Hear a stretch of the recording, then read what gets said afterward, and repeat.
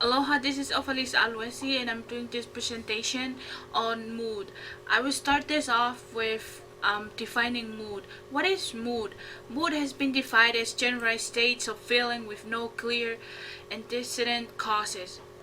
As it says here, mood is defined as general stage. It's just a general stage of feeling, and there's no clear causes of mood. It is distinguished from emotion as the former. It is usually longer lasting and lower in intensity. As it compared with emotion, mood is usually longer or the former feeling that comes before, and longer lasting with lower intensity compared to emotion. Mood are actually considered to be differ from emotion in terms of non-specificity and pervasiveness.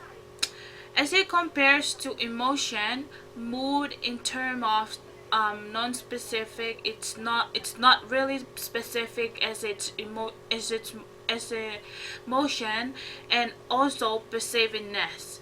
Mood affects memory and social function. So mood can affect your memory and your social function. What causes us to have certain mood? According to the study of effects of eating behavior on mood, Morris and Riley 1987, they came up with the idea that everyone must participate in different and various of activities to regulate their mood, including regulation of our eating habit. So the activities that we're participating at will determine the mood that we're gonna have, or causes us to have that mood, and also regulate the mood that we need to have when we're participating in those kind of activities that is like different and varies. But first of all, here I want to bring up food as a mood regulator, or how we eat in our diet. In the study of effects of eating behavior on mood, it is summarized that people use food as a regulator of negative state of mood. It was evidenced by studying of those who abstain from using tobacco and alcohol, binge and also from obese experiencing. During this time, depressive episode crave will be experienced and increase the consumption of carbohydrates. It says here that when they're abstaining from using those stuff, from using those food, like when they have experienced obese, and also from abstaining from tobacco and alcohol, there is a high state of craving, or depressive episode crave will be like increased, and also increase the need and wants to consume of carbohydrates. I was point out that the consuming of carbohydrate is accompanied by the increase of energy and the lifting of depression, which is a negative mood. According to many different studies from different areas, people use carbohydrate as the lift for negative mood state. Like it says here, is proof that and points out that when they consuming of carbohydrates or higher amount of carbohydrate, it accompanied with an increase in the energy and the lifting of depression, which is negative state mood. So when we take in more carbohydrate or sweet stuff like candies and all those sweet food and drinks, we lifting the our energy and increase our energy, and also lift up our level of depression, which is negative mood. It is evident and that carbohydrate can regulate our mood state because of its influence in central serotonin synthesis and release. It says here in the last point why carbohydrate is in this ideas. It is because carbohydrate can regulate our mood state because its influence on central serotonin synthesis and release, on sleeping and daily activities and their association with mood. From a study on daily activities called Sleeping with Their Association with Mood States Among Emerging Adults, Lilac and Schumel study among number of emerging adults. I was found out that the amount of sleep at night affects the activities throughout the day, which in turn affect the sense of coping level of negative effect.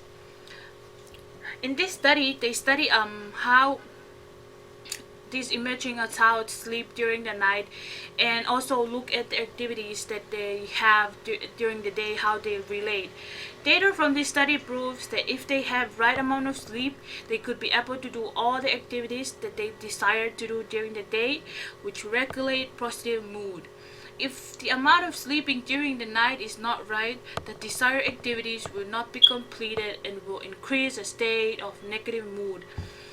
According to the last one of this slide, we can see the result of that was proved from the research that had been done, that if the individuals and if the emerging adults sleep well during the night and get a right sleep, they will have it, they will complete all the activities that they were desired to do during the day, which regulate a positive mood.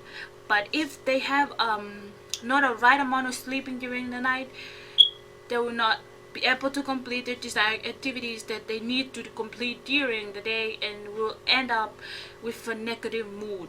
As we all know, it's sadness and fear and angry and all those kind of mood that we know it's bad mood, that's negative mood. Life satisfaction, happy and current mood.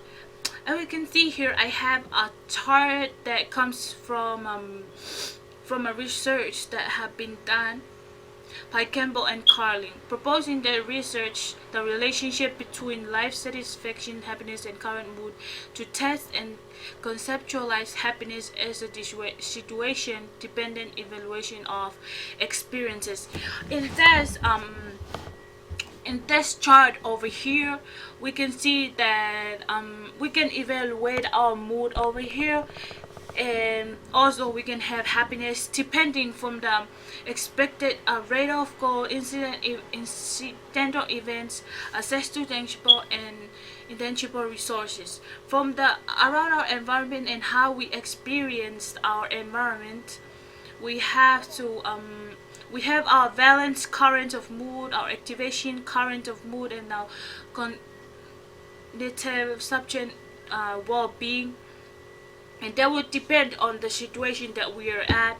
And when we already have our own balance of mood, and when we experience that, when we experience our environment, we're gonna evaluate this current mood that we already have together with the situation that we are at, and we can determine if we have happiness or not happiness, or good mood or negative mood. So when our life satisfy or have our life satisfaction, we're gonna evaluate our mood into a good mood, and we're gonna end up with a good mood or happiness, or sadness, a bad mood. Campbell and Colling says it was later shown in the result that happiness is related to life satisfaction mediated by valence of current mood. The change in happiness from before to after the lecture that was only influenced by the change in the valence of current mood. Happiness was related situation and how you evaluate the current mood, which is coming from the valence of current mood and the expected goal that was pursued. If the goal is reached, then the mood will be evaluated and according to how successful and satisfied the goal was, and then evaluated the current mood, and leads to a current mood which can be positive or negative, happy or sad. Positive and negative mood. The last point that I'm going to talk about is positive and negative mood. Shows here is a chart that I have from a study that was done by Stable and Johnson. Happiness as Actually, positive moods lead to self-serving responses to social comparison. It shows in this study that positive mood process information in a way will keep and maintain the positive mood. Positive and negative moods are both associated with different ways of different approaches when processing information. Positive moods associate with flexible, open, and global way of processing information, and refer to top-down as opposed to bottom-down processing of trade information. From this point of over here, positive mood associates with flexible, open, and global way of processing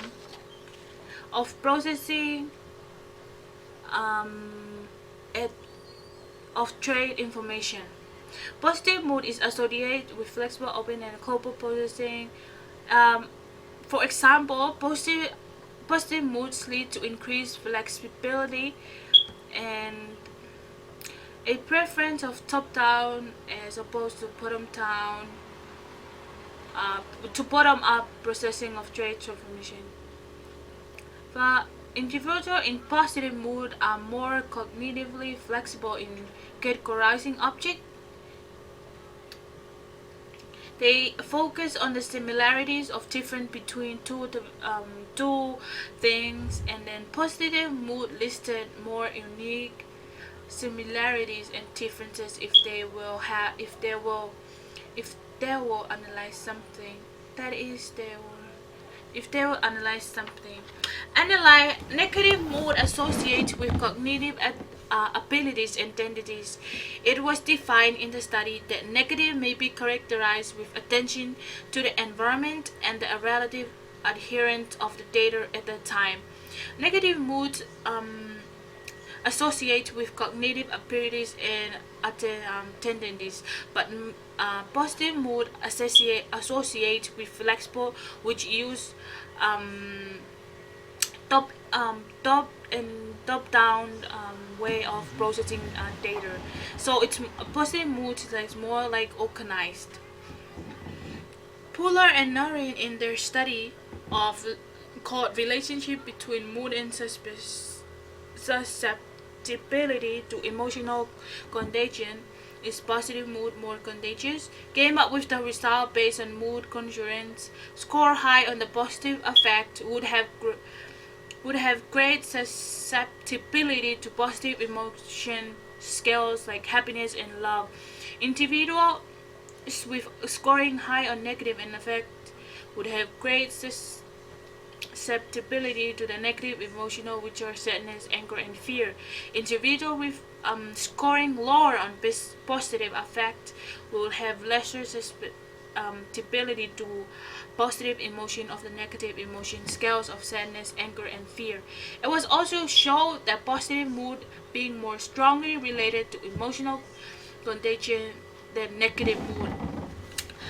After going through all this presentation, we can see that there will be like good mood and bad mood, and they develop from different things. They can be caused by our activities that we do during the day, and how we sleep, how we eat, and if we need to regulate the mood that we have in a good way, we have to participate in various kind of activities which we want our mood to be. If we want to be sad, we can be in activities that will make us sad, and then will lead to a sad negative mood. And if we want to be happy, then we're gonna participate in activities and everything that we do that will provoke and regulate our positive mood. And I hope this presentation will learn something from it, and mahalo.